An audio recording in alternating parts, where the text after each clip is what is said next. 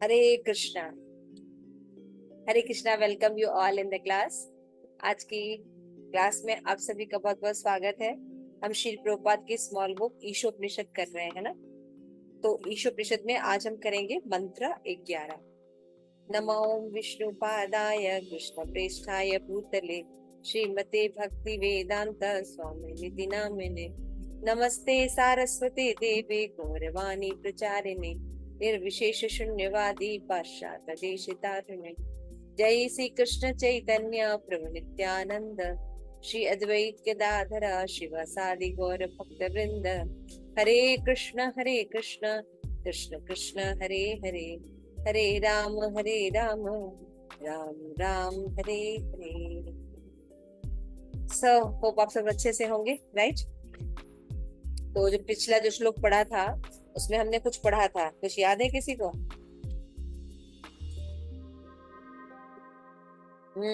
10वां मंत्र भूल गया सब हमने। यस बोलो वंजा।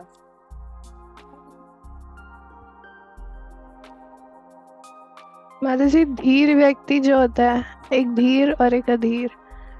तो जो धीर होता है वो उसको साक्षात्कार होता है कि वो ये शरीर नहीं है, उसको शरीर और मन के अंतर के बारे में पता होता है, उसको ज्ञान होता है। और जो अधीर होता है उसको ज्ञान नहीं होता।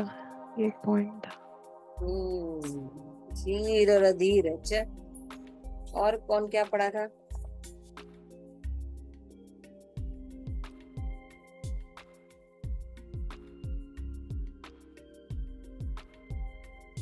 हमने एक बात की थी तथा कथित ज्ञान की,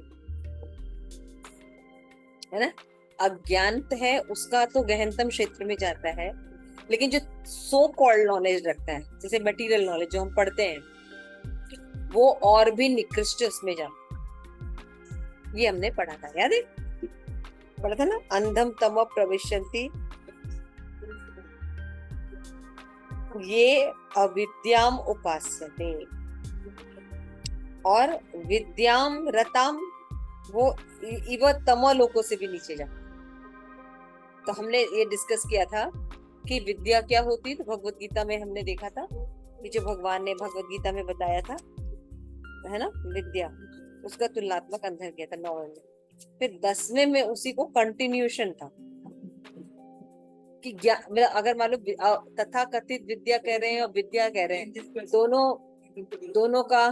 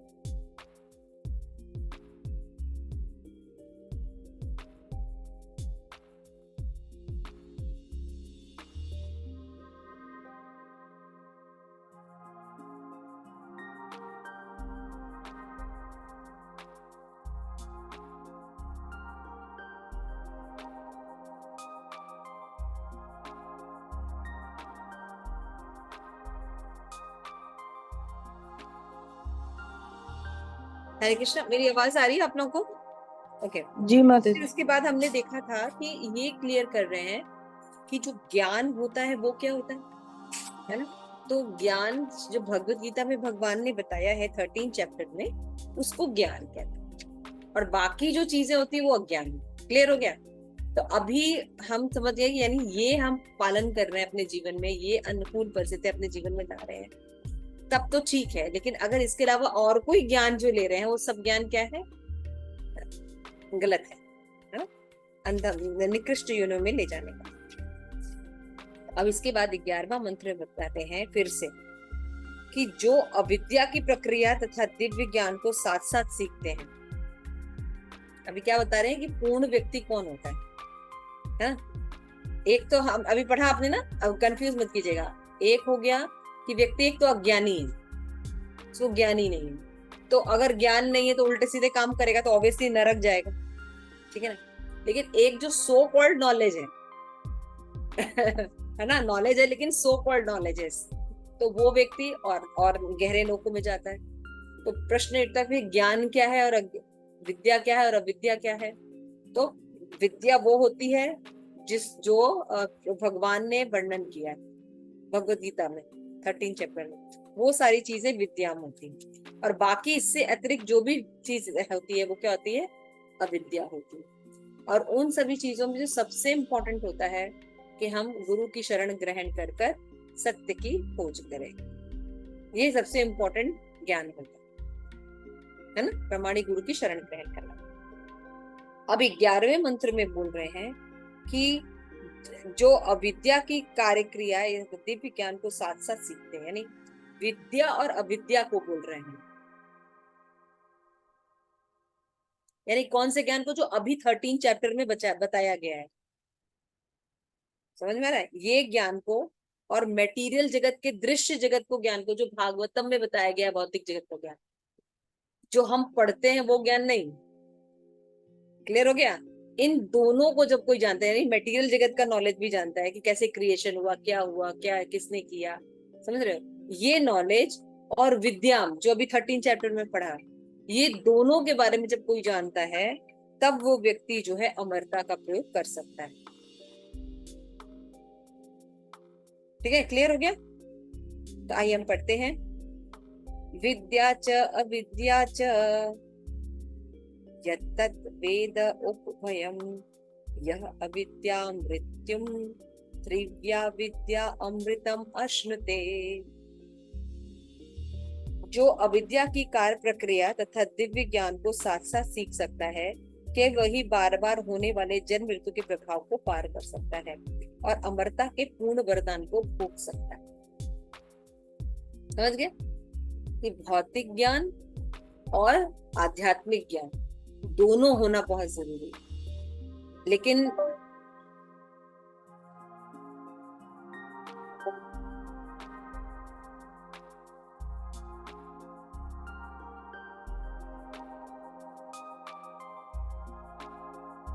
जी माता जी। 1 minute, my voice is not coming. माता जी आ रही है। Okay. क्या हो गया लैपटॉप?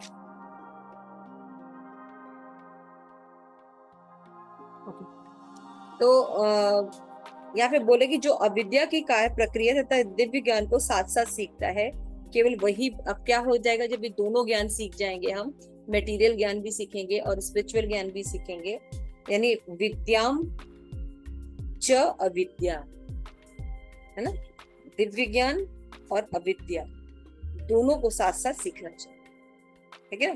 तो यहाँ पे अविद्या को कौन सी बात कर रहा है? भौतिक जगत का वो नॉलेज जो कि भागवतम में दिया गया। हम जो स्कूल कॉलेज में पढ़ते हैं वो नॉलेज, वो तथाकथित ज्ञान है। ठीक है, क्लियर हो गया बात? हरे कृष्णा, मेरी आवाज आ रही है? यस माता जी। ओके, कुछ प्रॉब्लम हो गई मेरे लैपटॉप में। ओके, ठीक है। तो आगे पढ़ना शुरू कीजिए। मेरे पास इंग्लिश में है माता जी। अच्छा, ठीक है, तो मैं पढ़ देती हूँ। माता जी मैं पढ़ लेती। ओके। तात्पर्य श्री प्रभुपाद की तरह श्री हाँ। प्रभुपाद की जय। जय। भौतिक जगत की सृष्टि के समय ही प्रत्येक जीव स्थायी जीवन प्राप्त करने का प्रयास करता रहता है। लेकिन प्रकृति के नियम इतने क्रूर है कि क्यों भी मृत्यु से बचना कर नहीं सकता है। कोई मरना नहीं चाहता है, न ही कोई बूढ़ा होना या बीमार रहना चाहता है। किंतु प्रकृति का नियम किसी को मृत्यु, बुढ़ापे या रोग से छूट प्रदान नहीं करता। न ही भौतिक ज्ञान की प्रगति से इन समस्याओं को हल किया जाता है। भले ही भौतिक विज्ञान मृत्यु की प्रक्रिया को तीव्रित करने के लिए परमाणु बम खोज निकाले, लेकिन वह रोग, बुढ़ापे तथा मृत्यु के क्रूर हाथों से मनुष्यों की रक्षा करने के लिए कुछ भी नहीं खोज सकता। पुराणों से हमें हिरण्यकशिपु के कार्यकलापों के विषय में जानते हैं, जो भौतिक दृष्टि से अत्यंत समुन्नत राजा था। अपनी भौतिक उपलब्धियों तथा अपनी अविद्या की शक्ति के बल पर मृत्यु को जीतने की इच्छा से उसने एक प्रकार के ध्यान योग को संपन्न किया, जो इतना कठिन था कि उसकी योग शक्ति से सारे लोगों के निवासी विचलित हो उठे।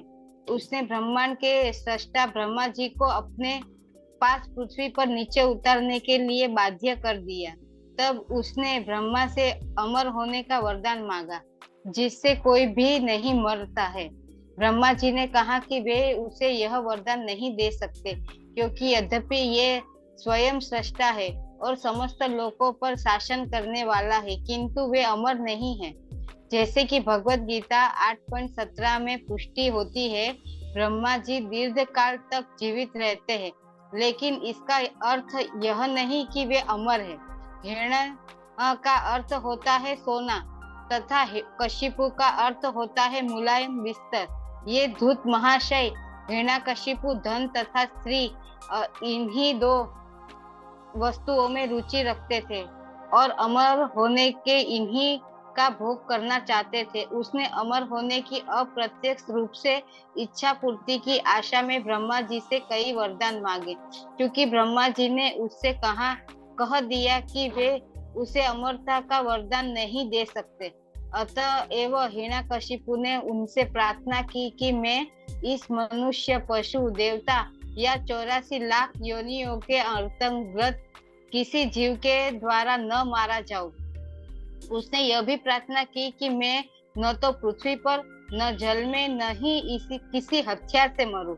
इस तरह मूर्खतावश हिरण्यकशिपु ने सोचा कि इन आश्वासनों से वह मृत्यु से बच जाएगा, किंतु ब्रह्मा द्वारा ये सारे वरदान दिए जाने पर भी अंततो गत्वा भगवान ने नरसिंह, अर्धमानव, अर्धसिंह के रूप में उसका वध कर दिया।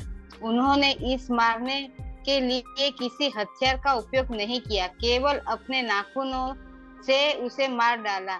उसकी मृत्यु न तो पृथ्वी पर हुई, न वायु में, न जल में, क्योंकि वह ऐसा अद्भुत जीव गोद में मारा गया जो उसकी कल्पना के परे था।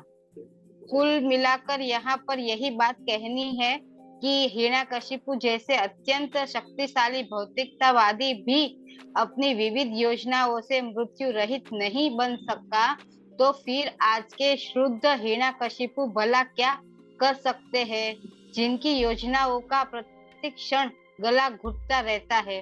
श्री ईशोपनिषद जीवन संघर्ष को जीतने के लिए एकांगी प्रयास न करने की शिक्षा देता है। प्रत्येक व्यक्ति अपने अस्तित्व के लिए कठोर संघर्ष कर रहा है, लेकिन प्रकृति के नियम इतने कड़े और सटीक होते हैं कि वे किसी को उनका उल्लंघन नहीं करने देते। स्थायी जीवन प्राप्त करने के लिए मनुष्य को भगवत धाम वापस जाने के लिए तैयार रहना चाहिए। जिस विधि से भगवान के पास वापस जाया जाता है वह ज्ञान की एक अलग शाखा है और इससे उपनिषदों, वेदांत सूत्र, भगवत गीता, श्रीमद् भागवतम जैसे वैदिक शास्त्रों से सीखना पड़ता है। इस जीवन में सुखी रहने तथा इस भौतिक शरीर को त्यागने के बाद स्थायी आनंदमय जीवन प्राप्त करने के लिए मनुष्य को यह पवित्र साहित्य पढ़ना चाहिए और दिव्य ज्ञान प्राप्त करना चाहिए। बद्ध जीवन ईश्वर के साथ अपने नित्य संबंध को भुला चुका है और उसने गलती से अपने अस्थायी जन्म स्थान को ही सर्वस्व मान लिया है। भगवान ने कृपा करके भारत में उपयुक्त शास्त्र तथा अन्य देश में अन्य शास्त्र प्रदान किए हैं, जिसमें भुलक्कड़ मानव को स्मरण दिलाया जा सके कि उसका घर इस भौतिक जगत में नहीं है। जीव एक आध्यात्मिक प्राणी है और वह अपने आध्यात्मिक घर को लौट कर ही सुखी हो सकता है। भगवान अपने प्रामाणिक दासों को अपने धाम से अपने इस संदेश का प्रचार करने के लिए भेजते हैं, जिससे मनुष्य भगवान के पास लौट सके। और कभी कभी तो भगवान यह कार्य करने के लिए स्वयं आते हैं, क्योंकि सारे जीव उसकी प्रिय संतान है, उनके अंश रूप है। अतएव इस संसार में हमें लगातार मिलने वाले कष्टों को देखकर हमारी अपेक्षा ईश्वर अधिक दुखी होते हैं। इस संसार के कष्ट हमें अप्रत्यक्ष रूप से जड़ पदार्थ से हमारी असंगतता की याद दिलाता रहता है। बुद्धिमान जीव सामान्यतया इन चेतावनियों पर ध्यान देकर विद्या या दिव्य ज्ञान के सेवन में लग जाता है। आध्यात्मिक ज्ञान के सेवन के लिए मनुष्य जीवन सर्वश्रेष्ठ अवसर है। जो मनुष्य इस सुअवसर का लाभ नहीं उठाता वह नराधम कहलाता है। ठीक है, हरे कृष्णा, यहाँ तक पढ़ते हैं हम। तो ये जो श्लोक है ये बहुत ही ज्यादा इम्पोर्टेंट है। कैसे इम्पोर्टेंट है? इसमें ये बताया जा रहा है कि हर व्यक्ति जो है अमर बनना चाहता है, राइट? हम सब भी यहाँ पे हैं, हम सब चाहते हैं ना अमर बनना। तो यहाँ पे इस श्लोक में बताया जा रहा है कि अमर आप कैसे बन सकते हैं, फॉर्मूला बताया जा रहा है। तो इसलिए बता रहे हैं कि जो अविद्या की प्रक्रिया तथा दिव्य ज्ञान की प्रक्रिया, यानी विद्या और अविद्या दोनों को अगर सीखता है साथ साथ में, तो क्या होता है? वो जन्म मृत्यु के चक्र से निकल जाता है और अमरता का पूर्ण वरदान को प्राप्त कर सकता है। शील प्रभुपाद का परपोर्ट जो है बहुत ही इंटरेस्टिंग, और इसे बहुत ही अच्छे से प्रभुपाद ने एक्सप्लेन भी किया है, काफी लॉन्ग परपोर्ट भी है ये। तो शील प्रभुपाद जैसे पीछे ही समझा चुके हैं कि विद्या का मतलब होता है जो विद्या भगवत गीता में बताया गया वो विद्या है ना। तो विद्या और अविद्या यानी इस भौतिक जगत का जो ज्ञान है, इन दोनों को जब कोई अच्छे से जानता है तभी वो अमरता को प्राप्त कर सकता है ना। यानी होलिस्टिक नॉलेज होना बहुत जरूरी है, होल नॉलेज। श्री प्रभुपाद कहते हैं कि भाई हर कोई चाहता है कि वो मरे नहीं, लेकिन दिक्कत ये है कि मृत्यु ने किसी को भी छोड़ा नहीं। आप लोगों ने बहुत सा देखा होगा, ऐसे पिरामिड देखा है और भी कई जगह देखा है जहां लोग जो क्या कर रहना चाहते थे, अमर बनना चाहते है ना। उसके लिए उन्होंने कई करोड़ों अरबों रुपए खर्च किए कि जो साइंटिस्ट है वो ये दावा करते थे कि थोड़े दिनों में वो ऐसे भी दवाइयां या ऐसी चीजें इन्वेंट कर लेंगे कि वो लोगों को पुनर्जीवित कर देंगे, लेकिन ऐसा फॉर्मूला बन नहीं पाया। श्री प्रभुपाद कहते हैं दुर्भाग्य से मृत्यु के क्रूर जो हाथ है उसे कोई बच नहीं पाया। तो ऐसा जो प्रक्रिया, ये केवल ऐसा नहीं कि ये इधर ही प्लैनेट भौतिक जगत में ही लोग ऐसा सोचते हैं, लेकिन कहते हैं कि ऐसे ऐसे बहुत से बड़े बड़े लोग भी हुए, जैसे हिरण्यकश्यपु है ना, हिरण्याक्ष वगैरह जो थे वो सेम ऐसे ही ख्वाब लेके आते थे। रावण है ना, उनका यही सपना था कि वो जो अमर बन जाए। तो उन्होंने बहुत से ब्रह्मा के तपस्या वगैरह भी की, लेकिन ब्रह्मा कहते हैं मैं खुद ही मर जाता हूँ, मेरी लाइफ लॉन्ग जरूर है, लगती है कि अमर है, लेकिन मैं अमर नहीं हूँ, है ना। तो देवता भी अमर नहीं है। श्री प्रभुपाद कहते हैं हिरण और कश्यप। तो हिरण का मतलब होता है सोना और कश्यप का मतलब मुलायम बिस्तर। तो अगर आप ध्यान से देखिए तो आज जो सभी लोग जो हैं वो छोटे छोटे, प्रभुपाद कहते हैं छोटे हिरण कश्यप है ना। तो हम सब भी दो ही चीज चाहते हैं, मनी एंड सेक्स, दो ही चीज हमारे जीवन में है। तो श्री प्रभुपाद कह रहे हैं कि जिनको इन चीज की भोग की भूख होती है और अमर बनना चाहते हैं, लेकिन वो अमर इस तरीके से कभी भी नहीं बन सकते। श्री प्रभुपाद कह रहे बहुत सी योनियां होती हैं और पृथ्वी जल अग्नि मिला के 84 लाख योनि है, लेकिन ये सभी योनियों में मृत्यु होती है। सोच के देखो, है ना। तो इसलिए हिरण्यकश्यप ने जो मान लीजिए ब्रह्मा से वरदान भी मांगा तो क्या हुआ, नरसिंह देव प्रकट हो गए। मेरी आवाज आ रही है ना आप लोग को? यस माता जी। हाँ ठीक है। पता नहीं वीडियो में कुछ प्रॉब्लम हो गया, आ नहीं रहा, रिटर्न बैक कर रहा है फिर भी आ नहीं रहा। सो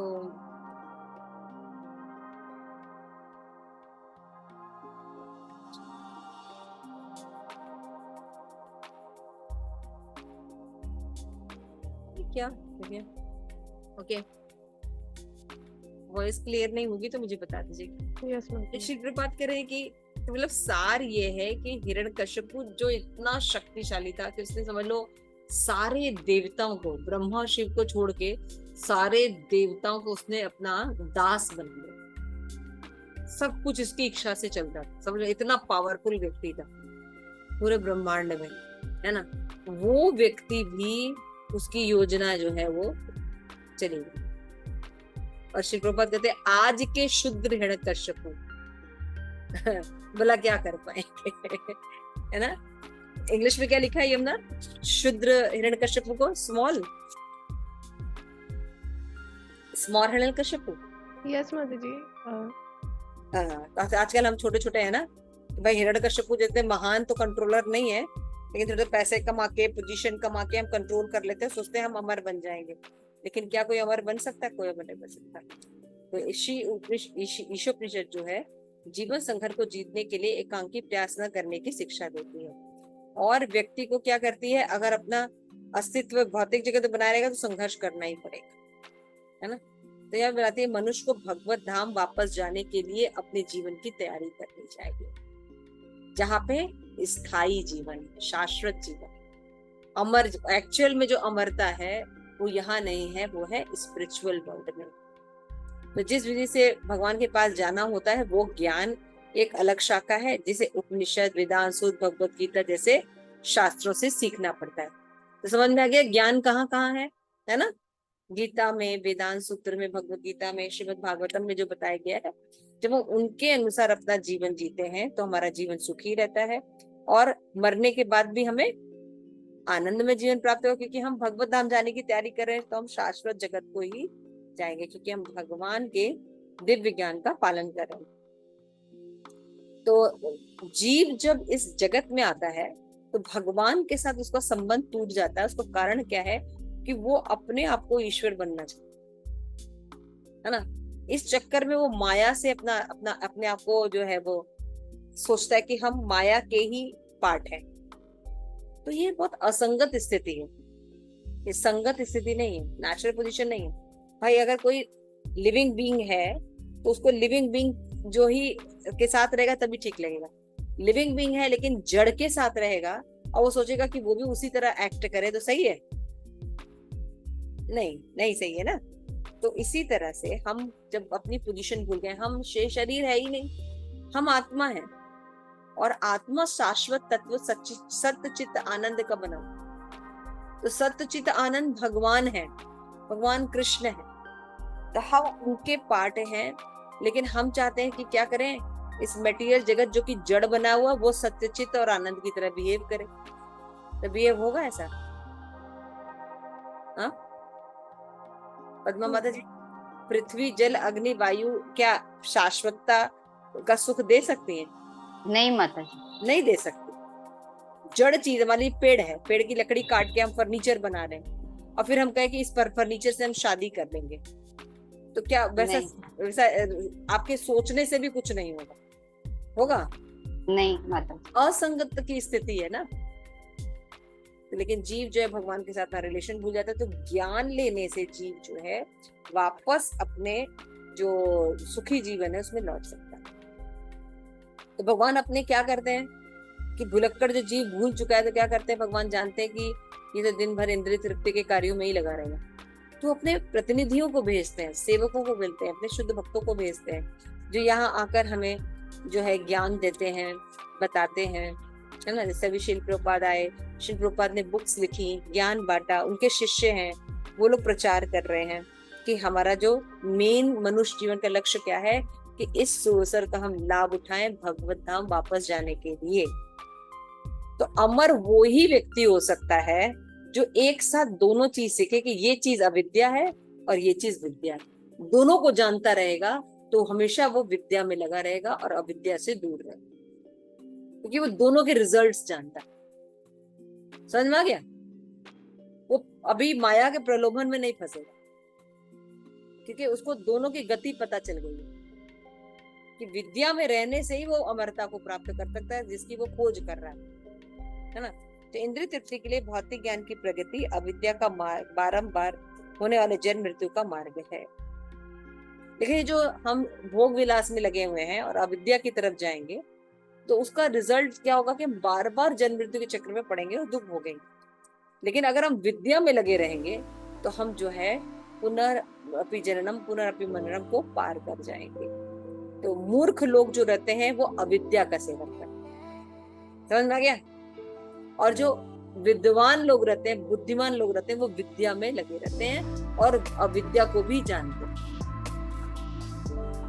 दोनों का ज्ञान होने से व्यक्ति जो है अविद्या के प्रति कभी आकर्षित नहीं होता और विद्या के परिणाम को जानने के कारण उसमें सदैव लगा है। जैसे हम लोग जब इस्कॉन जुड़ते हैं तो हमें बताया जाता है ना कि आपको 4 नियम का पालन करना पड़ेगा, 16 माला जप करनी पड़ेगी, 10 नाम अपराध से जुड़ के रहना पड़ेगा और इस्कॉन को कभी नहीं छोड़ना पड़ेगा। लेते ना भाव, लेते ना? क्यों? ये हमने लिया था ना भाव? यस माता जी। है ना? तो 4 नियम बता के खाली अगर उसका कॉज ना बताए कि क्यों हम इसका पालन करवा रहे हैं, तो आधे से अधिक लोग तो करेंगे ही नहीं, है ना। लेकिन जब डेप्थ में जाके हमको बताया जाता है कि जो 4 नियम है यही कलयुग के स्थान है, अगर हम भक्ति करते रहेंगे और साथ में ये जो है पाप भी करते रहेंगे तो फिर हमारी कोई गति नहीं होगी। हम भगवान को अप्रसन्न करेंगे इन सब का पालन करें, क्योंकि भगवान को नहीं प्रसन्न कि हम दुखी रहे उनसे दूर रहकर। इसलिए भक्त जो है वो 4 नियम को बहुत स्ट्रिक्टली फॉलो करते हैं ना। यस माता जी। यहाँ पे देखते हैं। हाँ, तो वही ये चीज समझना होगा कि जब हम विद्या को अच्छी तरह जानते हैं और अविद्या को अच्छी तरह जानते हैं तो हम अविद्या में कभी नहीं पड़ेंगे, कभी नहीं करेंगे इस काम को। इसलिए साथ साथ इन दोनों को सीखना चाहिए, है ना। इसीलिए कहा जाता है, जैसे मान लीजिए आप कोई भक्ति में कार्य कर रहे हैं, अभी आपको जानना है कि हम ये करें कि ये करें। बहुत डाउट आता है ना कभी कभी कि करे कि ना करें, ये करे कि ना करें। तो हमें ये देखना चाहिए कि हम वो काम जो है उसको लिखना चाहिए। लिखने के बाद हमें 2 कैटेगरी बनानी चाहिए। फर्स्ट कैटेगरी होनी चाहिए कि यदि हम इस चीज का पालन करेंगे तो हमें क्या क्या लाभ होंगे, और दूसरे साइड लिखना चाहिए अगर हम इस चीज का पालन नहीं करेंगे तो हमें क्या क्या हानि होगी। अब लाभ और हानि को कंपेयर कर लीजिए। जहां लाभ ज्यादा हो रहा हो, हानि कम हो रही हो तो हम ले सकते हैं, और जहां लाभ कम हो रहा हो, हानि ज्यादा हो रही हो तो उस मार्ग को हम नहीं एक्सेप्ट करेंगे। इसलिए विद्या यानी दिव्य ज्ञान का अनुशीलन मनुष्य के लिए अनिवार्य है। लेकिन भौतिक जो जब हमें रोग लगा रहता है, यानी इंद्रिय तृप्ति करना, अपने आप को सेटिस्फाइड करना, अपने आप को सेंटर में रखना, ऐसे मार्ग में जब हम रहते हैं, अविद्या में रहते हैं, तो हमें विद्या का अनुशीलन अच्छा नहीं लगता। तो जीव जो होता है, एक बात और समझना चाहिए, हम जैसे कहते हैं कि हमको इंद्रियों को शून्य कर लेना, नहीं, हम अपनी इंद्रियों को शून्य नहीं कर सकते, हम इंद्रियों का विषय बदल सकते हैं। श्री प्रभुपाद ये बता कि ऐसा नहीं कि हमें आध्यात्मिक जगत में जाना है तो अपने आंखों और कानों को कुछ यूज नहीं करना, फोड़ लेना है, नहीं, ऐसा नहीं करना है।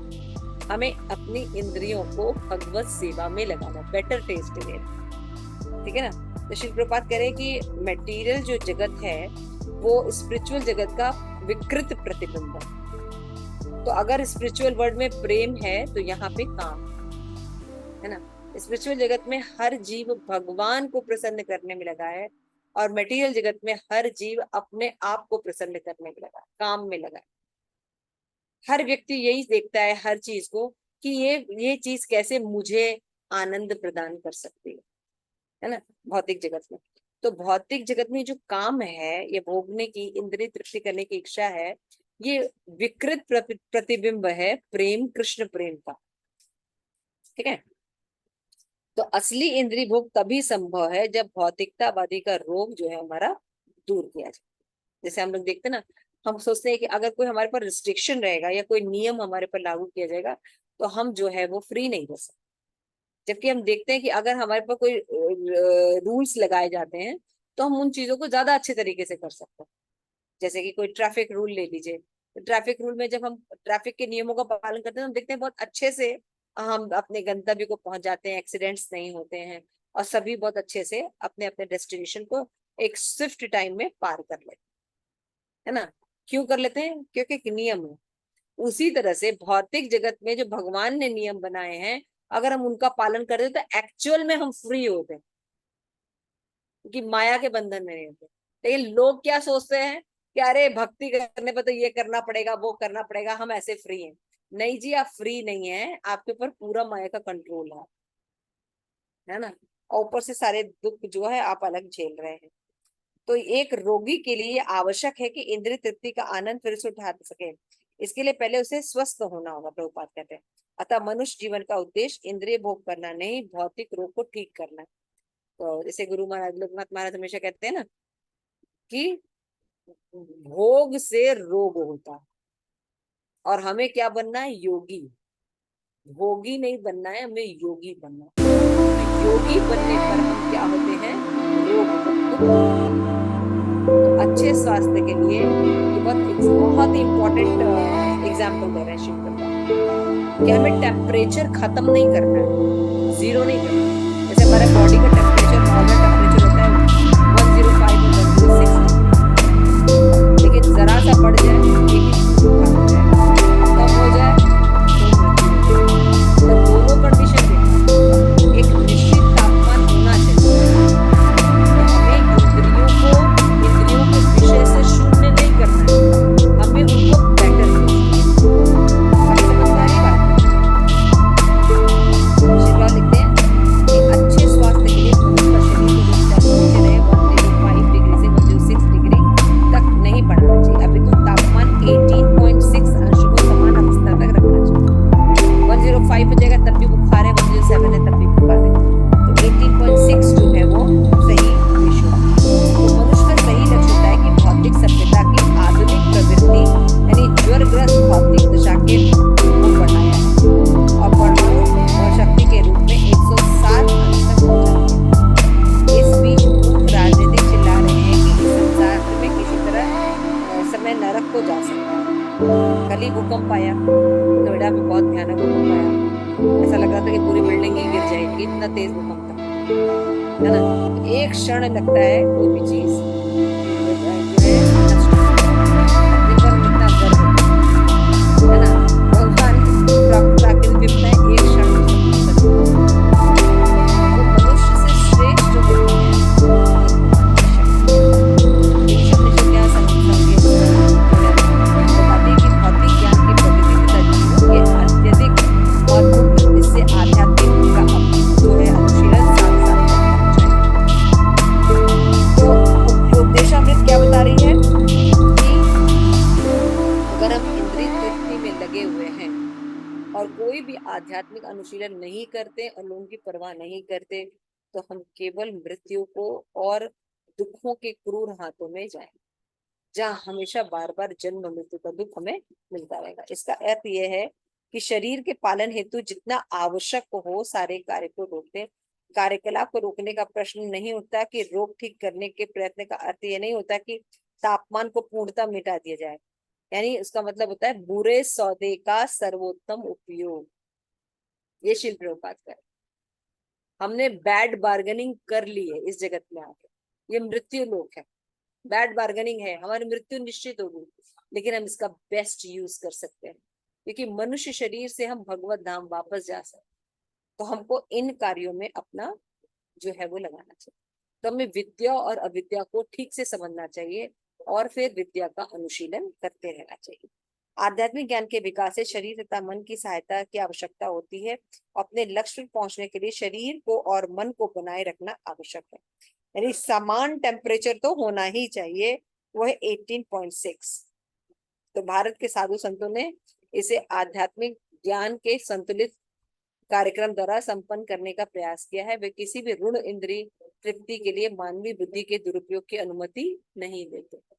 जैसा कि आजकल आप देखते हैं जितने भी इंटेलिजेंट मनुष्य हैं वो कहाँ लगे हैं, या तो कंप्यूटर बना रहे हैं, या कोई ऐप बना रहे हैं, या कोई ऐसे फालतू के कार्य कर रहे हैं जो हमें नरक की तरफ ही लेके जाएंगे, भोग की तरफ ही लेके जाएंगे, दुख की तरफ ही लेके जाएंगे। अपनी बुद्धि का उपयोग हमें भगवान की ओर लेके जाने के लिए करना चाहिए कि हम कैसे अपनी सारी जो प्रॉब्लम है, जन्म मृत्यु जरा व्याधि, इसको सॉल्व करके अमर हो जाए। समझ में आया? तो ये वास्तविक बुद्धि का उपयोग है। तो इंद्रिय तृप्ति की ओर उन्मुख प्रवृत्ति के द्वारा किए जा रहे ऋण मानवीय कार्यकलाप का नियमन वेद के मोक्ष के सिद्धांत के अंतर्गत होता है। ठीक है ना? तो हम कैसे विद्या में जाएं? भाई भगवत गीता पढ़ें, भागवतम पढ़ें, उसमें बताया गया है रास्ता कि जो चीज है उनको पालन करना चाहिए। भगवान ने बताया मन मना भव मद भक्तो मद्या जीमा नमस्कुर, है ना, मुझे नमस्कार करो, मुझे प्रणाम करो, है ना, मेरा मन, अपना मन मुझ में लगाओ, तो मेरी अर्चना करो, मेरी पूजा करो। भगवान कहते हैं चार चीज करो। भगवान बोलते हैं पत्रम पुष्पम फलम तो यम यो मे भक्ता प्रयच्छति अन्ना भवति भूतानि सर्वधर्मान् परित्यज्य माम एकम शरणम व्रज अहम त्वाम सर्व पापेभ्यो मोक्षयिष्यामि मा शुचः। ये सब भगवान ने भगवत गीता में बताया है ना, कि जो भी करो युक्त वैराग्य करो, जो भी खाओ, जो भी तपस्या करो, जो भी कुछ करो, वो सब मेरे से जोड़ दो, योग कर दो। ठीक है ना? तो यहाँ पे बताते हैं आज के समय लोग में धर्म और मोक्ष के प्रति बिल्कुल रुचि नहीं है। जीवन में उनका एक ही लक्ष्य इंद्रिय तृप्ति, और इस लक्ष्य की पूर्ति के लिए आर्थिक विकास की योजना बनाते हैं।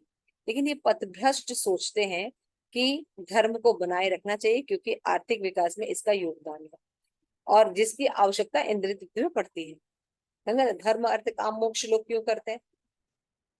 धन क्यों कमाते हैं? ताकि वो काम कर सके, अपने जितने भी सेटिस्फेक्शन उसको पूरा कर सके, है ना, उसके लिए धन चाहिए। और अगर हम थोड़ा सा धर्म का कहीं कहीं पालन भी करते हैं तो किस लिए? कि हमें मुक्ति मिल जाए, है ना। तो इसके लिए धर्म का प्रयोजन मुक्ति नहीं है, धर्म का प्रयोजन है भगवत धाम वापस जाए। ब्रॉडर एस्पेक्ट हमें पता नहीं है, इसलिए हम उसका प्रयास भी नहीं करते। तो धर्म का मार्ग वास्तव में आत्म साक्षात्कार के लिए है, आर्थिक विकास को सुचारू रूप से बनाए रखने के लिए नहीं है। मनुष्य को विद्या या वास्तविक ज्ञान की अनुभूति के लिए स्वस्थ मन से स्वस्थ जीवन बिताना चाहिए, तब मनुष्य जीवन का लक्ष्य जो है वो प्राप्त होता है। लेकिन हम गधे की तरह काम में जुटे हुए हैं और अविद्या में दिन रात लगे। तो यहाँ पे जो है ईशोपनिषद हमें वार्न करता है, कहते हैं सुंदर जो मार्ग है चाहिए, अमरता का मार्ग चाहिए। तो श्रीमद् भागवतम में जो प्रस्तुत किया गया है कि भगवान परम सत्य की खोज करें और उनसे अपना संबंध स्थापित करें। तो भगवान को तीन स्टेजेस में जाना जा सकता है, ब्रह्म, परमात्मा और भगवान, है ना। तो भगवान भगवत गीता में बताते हैं कि ज्ञान और वैराग्य को प्राप्त करने पर ही जीवन में मुक्ति है। 18 अध्याय में भी भगवान ने ये बताया कि जब उनकी भक्ति में सेवा में जीव लगता है तभी अमर बन सकता है। तो विद्या के लक्ष्य को निश्चित मार्ग, रूप गोस्वामी ने भी यही बताया भक्ति रसायन सिंधु में, कि अंग्रेजी में द नेक्टर ऑफ डिवोशन में उन्होंने बताया है कि विद्या के अनुष्ठान निम्नलिखित शब्दों से तस्मा देकन मनसा भगवान सात्वताम पति, श्रीमद् भागवतम में बताया। तो रूप गोस्वामी ने इस श्लोक को बहुत एम्फेसाइज किया, तस्मा एकम मनसा भगवान सात्वताम पति श्रोतव्य कीर्तव्यस्य देह पूज्य नित्यदा। अरे मनुष्य को क्या करना चाहिए? एकाग्र मन से भगवान पुरुषोत्तम कृष्ण की निरंतर यशोगान का श्रवण करना चाहिए, स्मरण करना चाहिए, पूजन करना चाहिए और भक्तों के रक्षक हैं उन भगवान का गुणगान करना चाहिए। यही एकमात्र कर्तव्य है। तो जब तक धर्म और काम का लक्ष्य भगवत भक्ति नहीं होता तब तक अविद्या के ही विभिन्न रूप हैं, उन्हीं का अनुशीलन कर। तो ईशोपनिषद इस मंत्र से हमें क्लियर इंडिकेशन देती है कि अगर हमें अमर बनना है तो विद्या और अविद्या दोनों को ठीक से पढ़ना पड़ेगा और विद्या के अनुशीलन में लगना पड़ेगा, तभी हम पूर्ण अमरता को हो सकते हैं। ठीक है, तो इस मंत्र का जो 11 मंत्र है, उस मंत्र पर आचार्यों ने भी टीकाएं लिखी हैं। तो भक्ति विनोद ठाकुर लिखते हैं कि one who understand the atma share the quality of both vidya and avidya, overcome death by avidya and enjoy immorality of by vidya. तो यहाँ पे बताते हैं कि when he takes support of variety, he no longer meet destruction at hand of material avidya, which is concept no variety and no quality. Material vidya take the jeev away from the material variety, thus lead him to amrata. By seeing the ideal spiritual counterpart, material avidya become transformed into ideal counterpart. Then the jiva clearly realize his own spiritual form, the form of Paramatma and their spiritual relationship. Then he can experience spiritual rasa amar. अमर का वो फिर रस प्राप्त करेगा। तो भक्ति विनोद ठाकुर ने इसको इस तरह से एक्सप्लेन किया है। और मध्वाचार्य भी बताते हैं, he who know both correct knowledge and false knowledge, having surpasses miseries and ignorance by defeating false knowledge, which is full of miseries and ignorance, attaining knowledge and bliss by true knowledge, which is full of knowledge and bliss. तो पूरा सार ये है, इससे हमें सीखने का क्या है कि केवल हमको विद्या पढ़े, जैसे होता है ना, केवल हम भक्ति सीखें बाकी कुछ सीखे ही ना, नहीं, हमें अविद्या के बारे में भी पता होना चाहिए। आज देखिए कितने लोग जो हैं इस्कॉन में भी देखिए कितने लोग ब्रह्मचारी बन जाते हैं, है ना। अब वो बिल्कुल एकदम से अलग से रहते हैं, लेकिन अचानक जब वो प्रचार के लिए निकलते हैं तो फिर वो माताओं के जब कांटेक्ट में आते हैं तुरंत उनका फल हो जाता है। क्यों? क्योंकि उन्होंने पहले किसी ने बताया ही नहीं, उनको किसी ट्रेनिंग ही नहीं दी, किसी ने ट्रेनिंग ही नहीं दी है। तो इस तरह से कितना इम्पोर्टेंट है ये लेसन। और जब मैंने ये मंत्र पढ़ा था तो मुझे बहुत अच्छा लगा, क्योंकि हमेशा ये लगता था नहीं हमें केवल भक्ति करनी चाहिए, हमें भक्ति के नहीं, हमें भक्ति भी करना है और अविद्या भी सीखना है। अविद्या के बारे में पता होना चाहिए कि जो मीट ईटिंग है ये अविद्या है, इसका ये रिजल्ट मिलेगा। इंटॉक्सिकेशन है ये अविद्या है, समझ में आ रहा है? झूठ बोलना अविद्या है। और विद्या क्या क्या है वो हमने पिछले क्लास में भी डिस्कस किया था, है ना। क्यों ये जानना जरूरी है? क्योंकि ज्ञान से ही सत्य और असत्य योनि की प्राप्ति होती है। समझ में आ रहा है? It is very important. तो हमें विद्या भी पता होना चाहिए और अविद्या भी पता होना चाहिए। अविद्या के जब ड्रॉबैक्स जानते हैं और जानते हैं कि क्या क्या अविद्या है, तो हम बहुत अच्छे से डिफरेंशिएट कर पाएंगे कि यही विद्या है और इसके प्राप्त होने पर हम अमर बन सकते हैं। तो इस तरह से मध्वाचार्य और जो है बलदेव विद्याभूषण भी लिखते हैं, he who engage in ज्ञान and Karma side by side overcome impurity by karma and attain liberation by ज्ञान। यहाँ पे इस वर्ष में जो बलदेव विद्याभूषण कह रहे हैं कि this verse speak performing gyan and karma together. A person who know both gyan and karma should be perform together by one person, or person who know that atma gyan and karma which lead to gyan should both be performed by one person, since they mutually assist each other to the same goal. That person overcome the contamination of the heart by thinking of the actions such as fire, sacrifice and offering to the Lord. Having attained inner purification, he attained liberation by means of आत्म ज्ञान। तो बलदेव विद्याभूषण भी यही कह रहे हैं कि विद्या और अविद्या की जगह ज्ञान और कर्म को ले। तो कर्म कैसा करना है? ज्ञान के युक्त करना। जो ज्ञान भगवद गीता में बताया गया वह उससे युक्त होके उसके अकॉर्डिंग हमें पालन करना, तब जाके हम अमर बन सकते हैं। तो अमर बनना हम सभी चाहते हैं, तो कैसे बन सकते हैं? विद्या और अविद्या दोनों को साथ साथ में सीखने से और विद्या का अनुशीलन करना। क्लियर हुआ? हरे कृष्णा। यस माता जी। शिल प्रपाद की जय। आप सभी गौर भक्त वृंद की जय। निताई गौर प्रेमानंद। हरि हरि बोल।